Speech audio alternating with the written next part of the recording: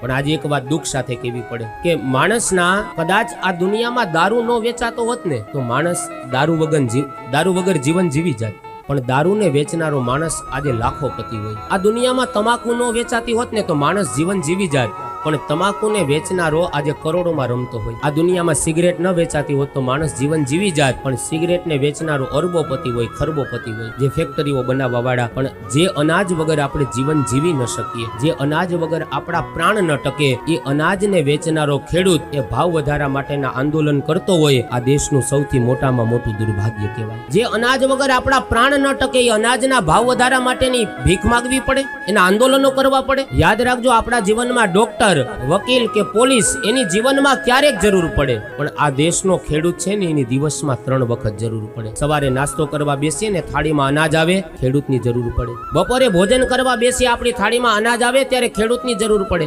રાત્રે ભોજન કરવા બેસીએ, થાળીમાં અનાજ આવે ત્યારે ખેડૂતની જરૂર પડે। દિવસમાં 3 વખત કોઈની જરૂર પડતી હોય ને તો આ દેશનો ખેડૂત છે। વિદેશની અંદર જ્યારે રોગ ફેલાણો તો હિપેટાઇટિસ બી, ત્યારે ગૂગલ ઉપર સર્ચ કરજો, વિદેશી લોકો આની દવા શોધીને થાકી ગયા હતા અને દવા ન મળી ત્યારે ભારત દેશના ખેડૂતની જરૂર પડી હતી। કીધું આ દવા કેમ બને? કહે છે ખેડૂતો જે શેરડી વાવે છે ને, એ શેરડી અને મૂળો આ બંને ભેગા કરે ને એમાં અમુક કેમિકલો ભેગા કરે ત્યારે એ દવા તૈયાર થાય, અને ત્યારે વિદેશી લોકોને ભારત દેશના ખેડૂતની જરૂર પડી। આજે આપણા ભારત વર્ષની ઇકોનોમી સચવાણી હોય ને તો આ દેશના ખેડૂતના હિસાબે સચવાણી, અને એ ખેડૂતને ભાવ વધારાના આંદોલનો કરવા પડતા હોય તેમાં ક્યાંક આપણી એકતામાં ત્રુટિ હોવી જોઈએ, નહીતર આ વસ્તુ ન બને। પણ ખેર એ જે બેઠા છે ગાદી ઉપર એ બધાનો વિષય છે, એ સૌની મતિ અનુસાર કામ કરે, પણ ક્યાંક આ વાત ઉપર પણ વિચાર કરવાની જરૂર છે કે જે અનાજ વગર જીવી ન શકાય, જે અનાજ વગર પ્રાણ ન ટકે, એના ભાવ વધારા માટેના આંદોલનો કરવા પડે તો એમાં ક્યાંક સમજવાની, વિચારવાની જરૂર। ગામડાઓએ ખેતીને સાચવી, પણ આજે એક વાત દુઃખ સાથે કહેવી પડે કે માણસના કદાચ આ દુનિયામાં દારૂ ન વેચાતો હોત ને તો માણસ